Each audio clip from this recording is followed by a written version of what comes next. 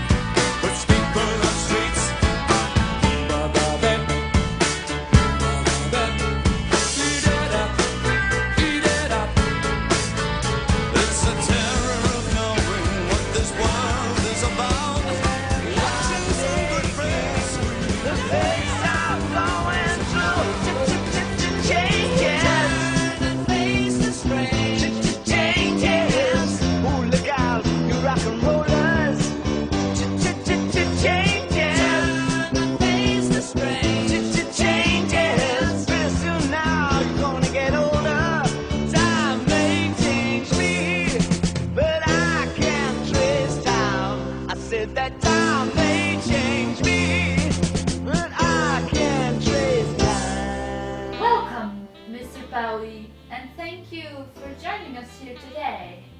Thank you very much. I'm honored to be here on the show with you here.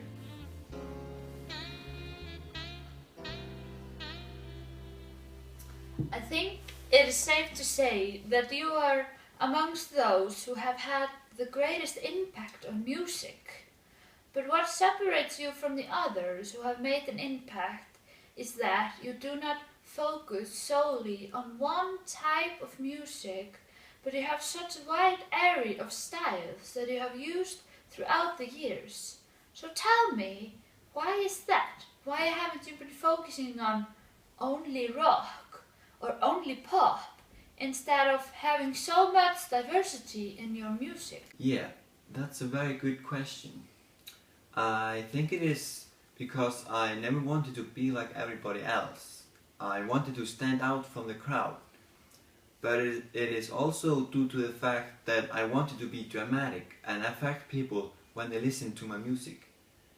That's the reason why my music has varied so much. My place in life has also had a great effect on what kind of music I want to make at any given time. That's why I've tried so many different forms of music, like pop, rock, heavy metal, soul and folk. But in 1976 you declared yourself bisexual in an interview with Playboy magazine.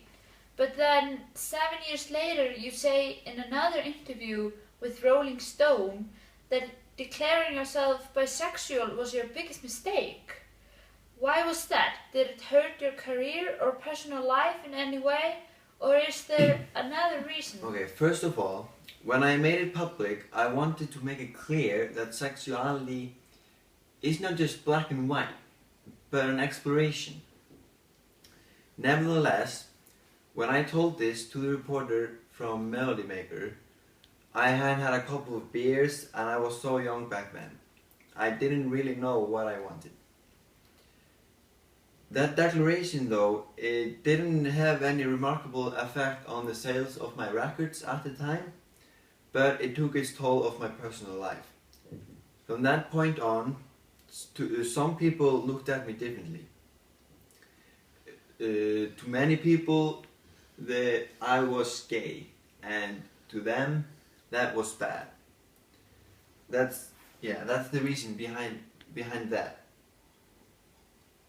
But I think it is very, very important that people feel comfortable with being themselves.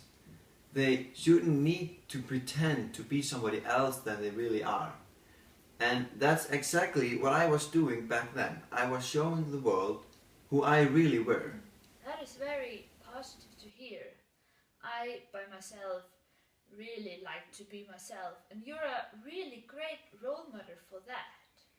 But now you are probably the musician that has had the most influence, or at very least you've influenced more musical genres than any other artist. Is that something you consider a major accomplishment? Or is it just a consequence of your work and experiments in so many types of music genres? Wow, that's rather difficult to say actually. I mean, of course, I do think it's a major accomplishment for me, but that's not the reason for why I did it. I didn't just write music with the goal of being the benchmark in every music genre or try being better than everybody else. I did it for myself and in harmony to what I was feeling at that time. But sure, to some extent, I wanted to be remembered and I wanted to be different and do better than others. But first and foremost, I did what I wanted, not what I thought others wanted. That is truly amazing. There are so many musicians that are influenced by your work, ranging from Kurt Cobain to Lady Gaga to Kanye West. They all have listened and been inspired by your work. How did all this begin? What was your breakthrough? My most notable breakthrough was my second studio album, Space Oddity. That album had a few other names though. Originally it had 3 names, David Bowie, Man of Worlds and Man of Music, depending on which country and record producer you bought the album from. But it was re-released in 1972 under the name Space Oddity. So yeah, that was my breakthrough. That's when that album got it all going. That was when my star started shining. Okay, that's very interesting.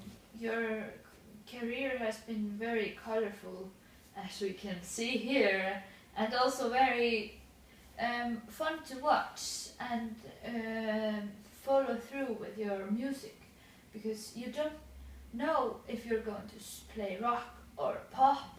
You just, oh, David Bowie has a new song, and you're like, what kind of song is it? And then you just listen to it and you like it. That's the great effect on your music. Thank you very much. Yeah, I agree with you. It's exactly what I'm trying to get from people. Yeah, that's very nice to hear. But it was a great honor to have you here today on the show. Thank you for the interview. Thank you very much. It's been an honor for me as well. Thanks.